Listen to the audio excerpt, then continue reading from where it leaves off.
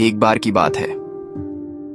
एक महात्मा जी थे, शांत, विनम्र और ईश्वर भक्त। हर दिन की तरह उस दिन भी वे सुबह सुबह भ्रमण के लिए नदी किनारे निकले। सूरज की पहली किरणें जब जल की लहरों पर चमक रही थीं, तभी उन्हें रास्ते में एक देवदूत मिला। देवदूत के हाथ में एक डायरी थी, बड़ी सुंदर, सुनहरी किनारों वाली। महात्मा जी ने मुस्कुराते हुए पूछा, पुत्र, इस डायरी में क्या लिखा है?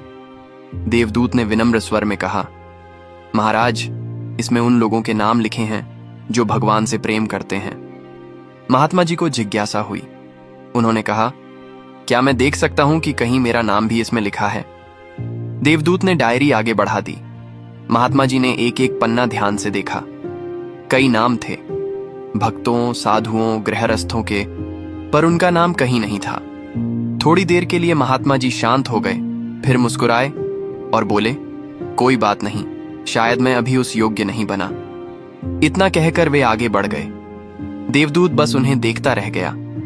अगले दिन फिर वही समय, वही नदी किनारा और वही महात्मा जी हाथों में माला लिए जय श्री कृष्ण का जाप करते हुए चले जा रहे थे। फिर से वही देवदूत सामने आया और उसके हाथ में फिर वही डायरी थी। देवदूत ने मुस्कुराते हुए कहा, महात्मा जी, आज नहीं देखेंगे? क्या पता आज आपका नाम इस डायरी में हो। महात्मा जी ने शांत भाव से कहा, नहीं पुत्र, आज मैं नहीं देखूंगा। अब मुझे जानने की आवश्यकता नहीं, मैं तो बस अपने प्रभु का नाम जपने में सुख पाता हूं। देवदूत ने कहा, फिर भी देख तो लीजिए। महात्मा जी ने विनम्रता से डायरी ली। जैसे ही उन्होंने पहला पन्ना खोला, सबसे ऊपर उनका नाम लिखा था।